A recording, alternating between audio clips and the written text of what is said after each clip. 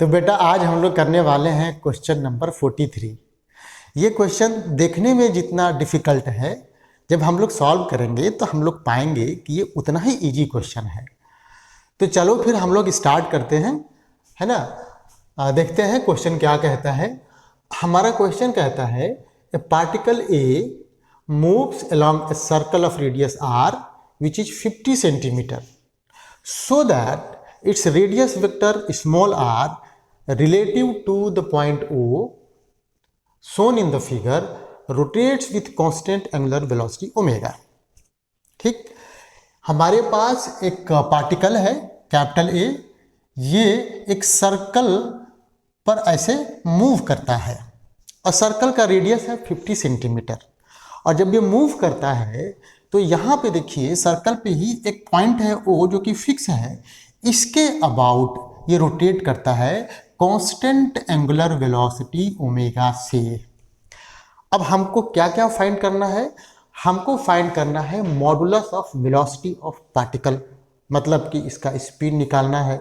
दूसरा निकालना है modulus and direction of its total acceleration. तो देखो एक काम करते हैं हम, जैसा कि हमने आपको शुरू में बताया था कि ये क्वेश्चन देखने में जितना डिफ़िकल्ट लग रहा है, जब हम सॉल्व करेंगे तो ये उतना ही इजी हमको महसूस होगा। देखिए कैसे। तो यहाँ पे देखो हमने मान लिया है ना, ये पॉइंट है ओ, सपोज करो यही था ए और ये आपका था रेडियस वेक्टर आर। अच्छा, ये सेंटर है ऑब्वियसली। मैंने क्या किया कि सेंटर से इसको ऐसे मिला दिया और इसको भी ऐसे मिला दिया। अब जरा ध्यान दो, अपने इस फिगर में दे रखा है कि ये जो मेरा ओ ए लाइन है ये ऐसे रोटेट करता है ना, इस डायरेक्शन में से रोटेट करता है। तो अगर किसी टाइम टी पर मैं एक काम करूं, पहले मैंने काम करूं कि इस ओ को सी से मिलाकर जाने वाला एक ऐसे लाइन ड्रॉ कर दूं और इसका नाम दे दूं x। बेसिकली ये पोलर कोऑर्डिनेट सिस्टम हो गया। अब मैं इस एंगल को थीटा कह दूंगा, ठीक है। तब सोचिए कि इसका एंगुलर वेलोसिटी जो हो जाएगा वो हो जाएगा omega equals to d theta upon d t. ये आप अच्छी तरीके से जानते हैं, इसमें हमें कुछ बताने के लिए नहीं है, ठीक है। यहाँ तक क्लियर है आपको? अच्छा, अब यहाँ देखो, हम लोगों ने अभी तक जो भी पढ़ा है उसमें ये पढ़ा है कि जब भी कोई पार्टिकल किसी सर्कल पे मूव कर रहा है तो इन जनरल हम सर्कल के सेंटर को ओरिजिन मान करके उसका एंगल ऑफ रोटेशन या एंगुलर वेलोसिटी या एक्सेलरेशन वगैरह निकाला करते थे। तो यहाँ तो हमारे लिए थोड़ा सा डिफ़िकल्ट दिख रहा है। तो मैं एक काम करता हूँ, मैं ये कहता हूँ कि देखो भाई, इस ट्रायंगल में थोड़ा चले आओ। अगर ये एंगल थीटा है तो ऑब्वियसली ये एंगल भी थीटा होगा, क्योंकि ये सी है तो ये रेडियस हो गया, ये रेडियस हो गया और ओ ए सी हमारे पास आइसोसेलेस ट्रायंगल बन गए। अब आइसोसेलेस ट्रायंगल में जो इक्वल साइड्स होते हैं उनके अपोजिट एंगल्स इक्वल होते हैं। दूसरा प्रॉपर्टी हम लोग जानते हैं ट्रायंगल का कि बेसिकली ये क्या बन गया आपका, ये तो एक्सटीरियर एंगल बन गया। तो आप इसको क्या करोगे, इसको लिखोगे 2 थीटा, क्योंकि एक्सटीरियर एंगल दो अपोजिट इंटीरियर एंगल के सम के बराबर होता है। यहाँ तक ठीक है।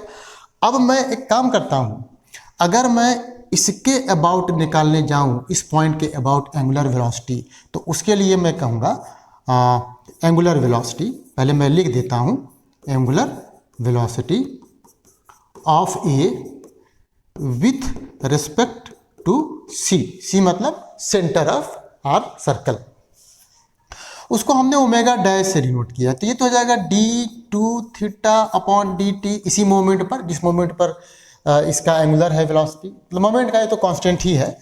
अच्छा, 2 हमने कॉमन ले लिया, D theta upon d T. तो इस तरीके से 2 ओमेगा मेरे पास हमारे पार्टिकल का एंगुलर वेलोसिटी हो गया अबाउट द पॉइंट, है ना। कौन सा point? Centre of the circle, ठीक। अच्छा, अब ये बताओ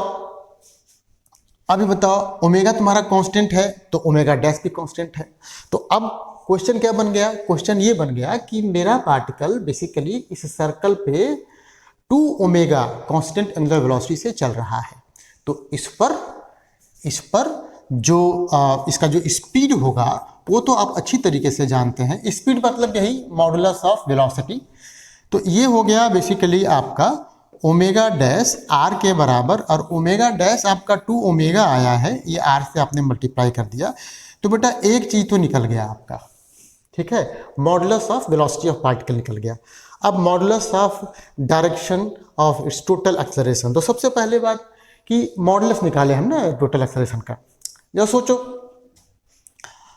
अब अगर ये कांस्टेंट एंगुलर वेलोसिटी से ऐसे मूव करता है तो इस पर केवल और केवल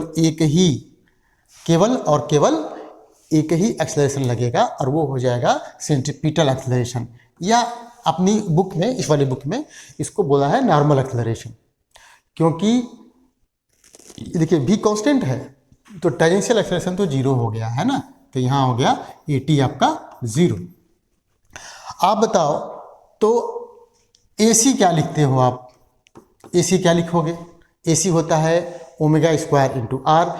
ओमेगा यहाँ पे हमारे पास ओमेगा डैश हो जाएगा, तो omega dash square R, omega dash का मतलब 2 ओमेगा, हाँ, तो हो जाएगा 4 ओमेगा स्क्वायर आर। ये हो गया AC। दूसरी बात, डायरेक्शन कहने की बात ही नहीं है कि डायरेक्शन हमेशा सर्कल के सेंटर की तरफ डायरेक्टेड होगा।